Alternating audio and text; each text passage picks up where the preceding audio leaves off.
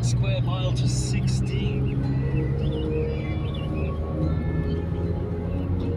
Only a few ancient buildings survive today above ground. One of them is the famous Iron Pagoda, so called because of the metallic sheen of its tiles. We're out in the northeast corner of the old city.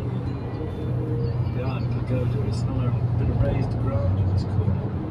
The Emperor built this artificial mountain object for his child. Compared with Rome or Constantinople, very little survives from Kaifeng's golden age.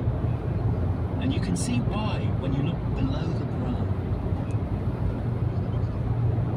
Down here is evidence of 20 devastating floods of the Yellow River since the Song dynasty.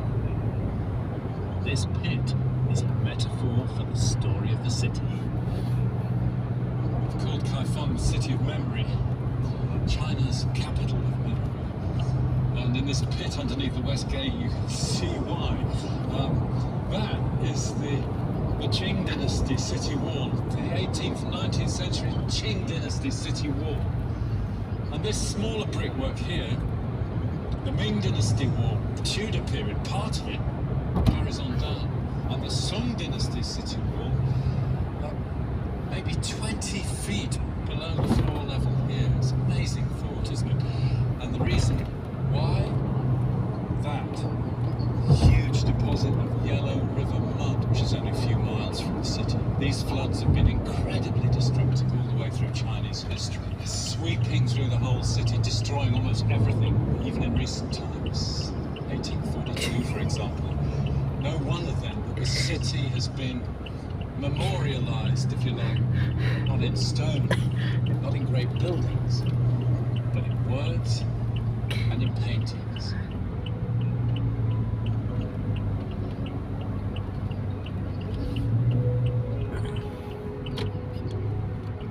People thronged these streets, said a song poet. There were restaurants as far as the eye could see. Everywhere there's music in the air. What would we give to see that age again?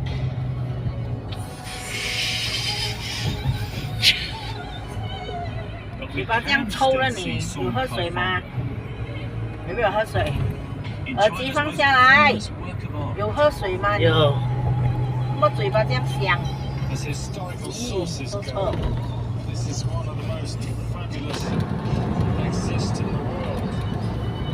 It's a scroll. It's nearly 20 feet long. I'd need to unroll it across the middle of the street if we were going to do that.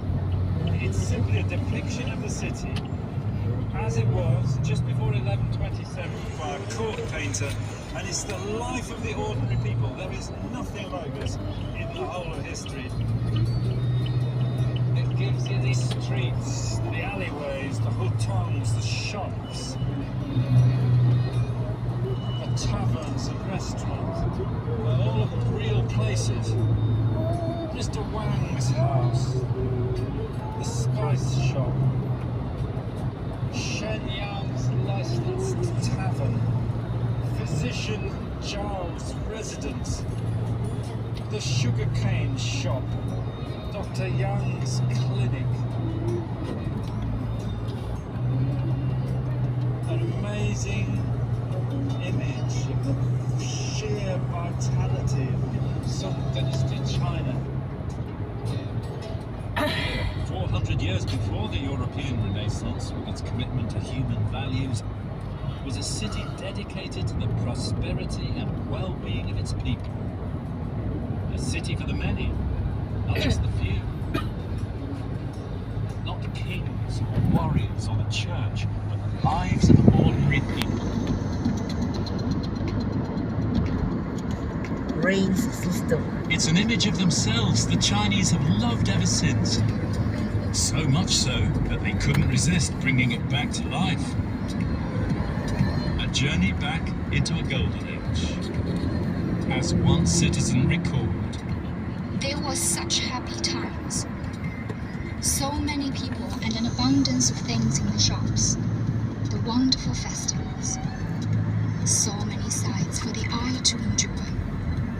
Above all, I remember the humane and congenial character of the citizens, always ready to help a stranger. A good time to live, do you think? You record 什么嘞？ The sounds 每 of 天都 music record from myriad taverns and wine bars. But you see that this was a time of peace. 这个世界很好啊！这个世界北宋的时候，这个社会很稳定的。好像是国富民安，是吧？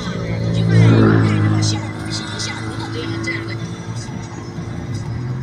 There are many legacies of the song in today's China, and one that's become celebrated across the world is Chinese cuisine. The song taught that people should be well fed, and eating became the great social ritual it is today. Chinese cooking, of course, is one of the great cuisines in the world, and the oldest cuisine in the world. The beginnings lie in poor people's food.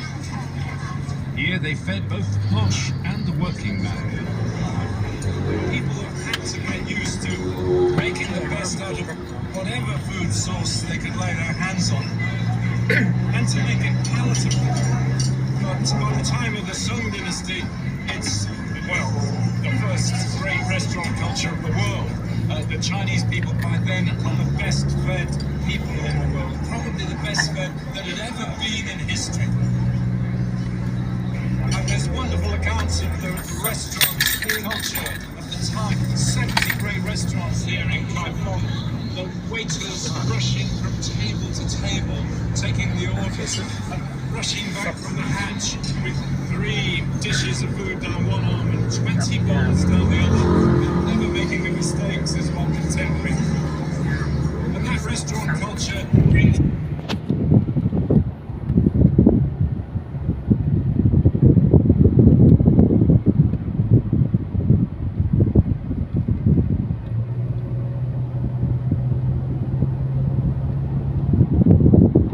Green light must go up. Okay? Not ready.